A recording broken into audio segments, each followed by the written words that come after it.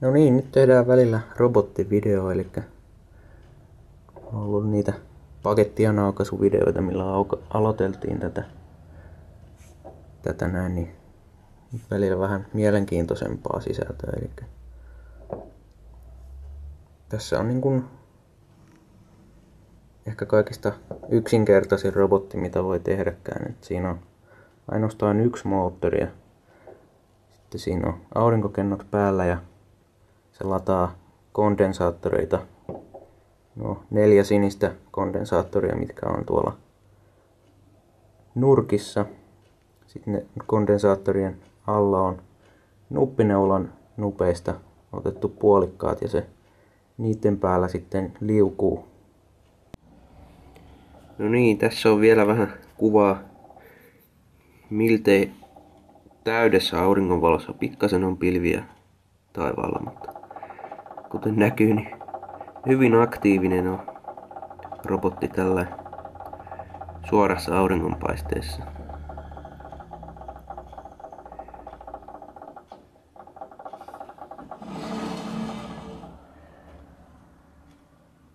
Tosiaan, jos en aikaisemmin maininnut, sehän on tuossa niin kuin ikkunoiden välissä. Ikkunoiden välissä se on hyvä paikka sille.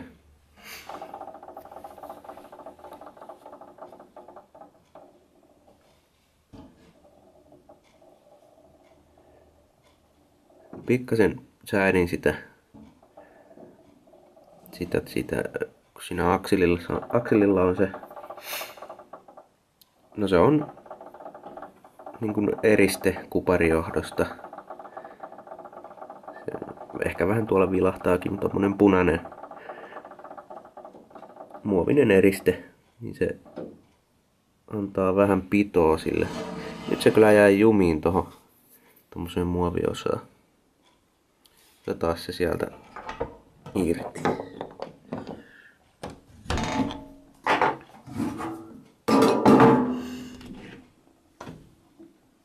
Katsotaan vähän lähempää sitä.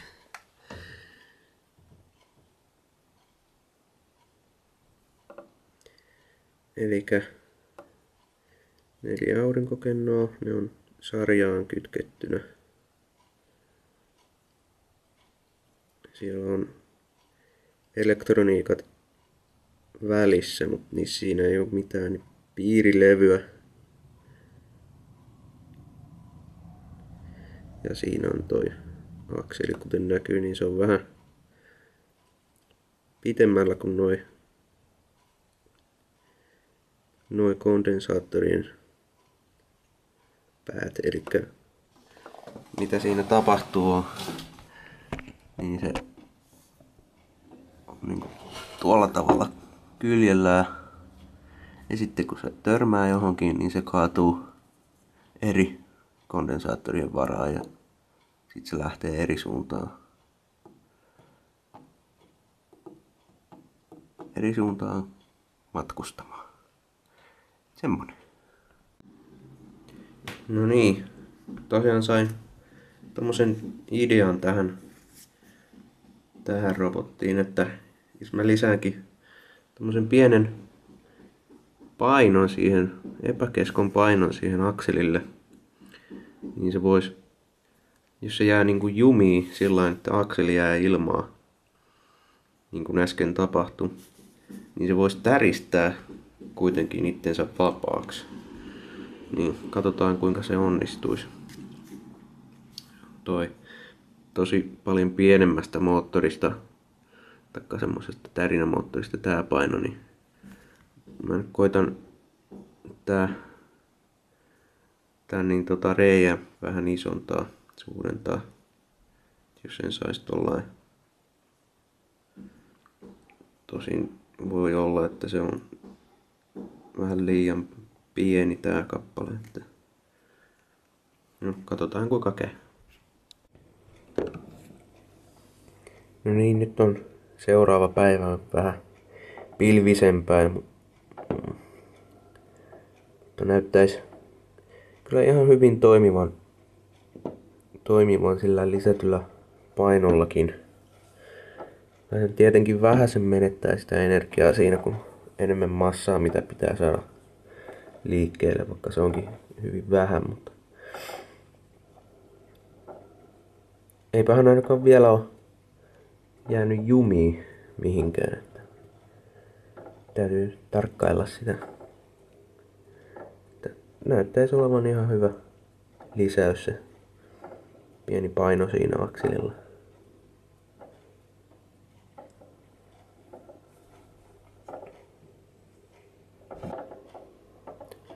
Niin, nyt tuli vähän aurinkopilvestä. Katsotaan kuinka robotti kulkee.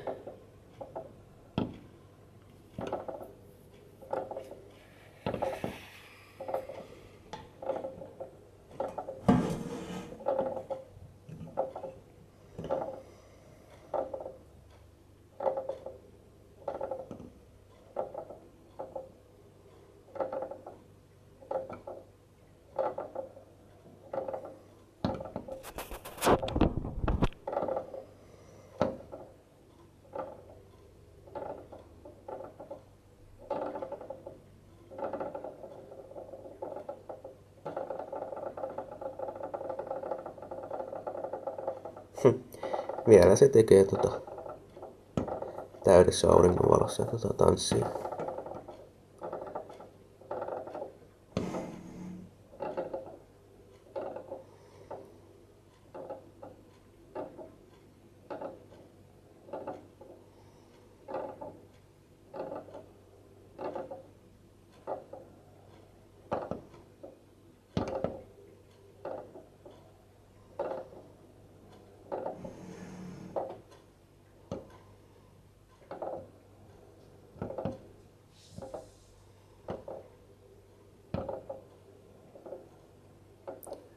Se tosiaan kauhean suoraan mene, mutta tärkeintä nyt on, ettei se jää jumiin mihinkään.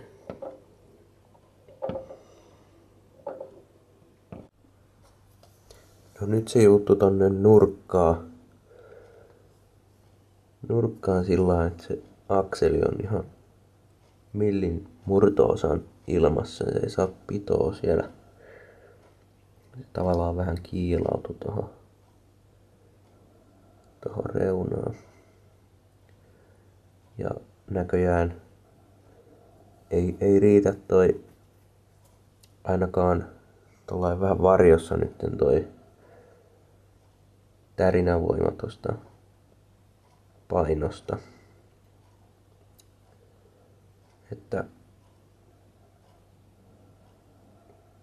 Mutta niin.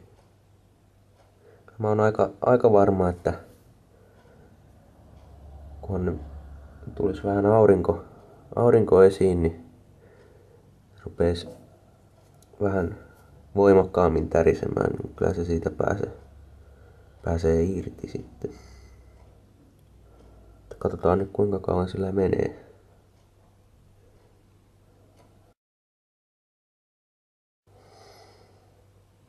No, ei se nyt näköjään ainakaan tänään ole lähdössä siitä irti, että näyttäisi olevan sen verran pilvistä tuo ulkona. Mutta eipä se tämmöisen robotin elinaikana 1 päivä jumissa tee paljon mitään. Mulla on ensimmäinen robotti, minkä mä tein, niin oli just tämän tyyppinen. Se oli melkein 10 vuotta sitten tehty ja se vieläkin toimii.